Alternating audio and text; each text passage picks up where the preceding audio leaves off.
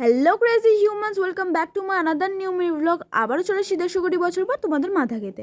তো সেদিনকে গেছিলাম আমি ব্যাংকে, আর ব্যাংকে গিয়ে জানতে পারি সার্ভার ডাউন চলছে, তাই কিছু করতে না পেরে এখানে আহাম্মকের মতো অ্যাজ ইউজুয়াল আমি ভিডিওই বানাচ্ছিলাম।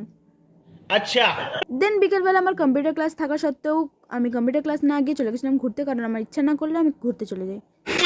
সো সেদিনকে গণেশ পুজো ছিল বলে গণেশ ঠাকুর দেখতে দেখতে চলে গেছিলাম আমরা শ্যামসুন্দর মন্দির। আর মন্দিরটা বাইরে থেকে এরকম লাগছে ঠিকই, কিন্তু ভেতরটা অনেকটাই সুন্দর আর অনেকটাই পিসফুল।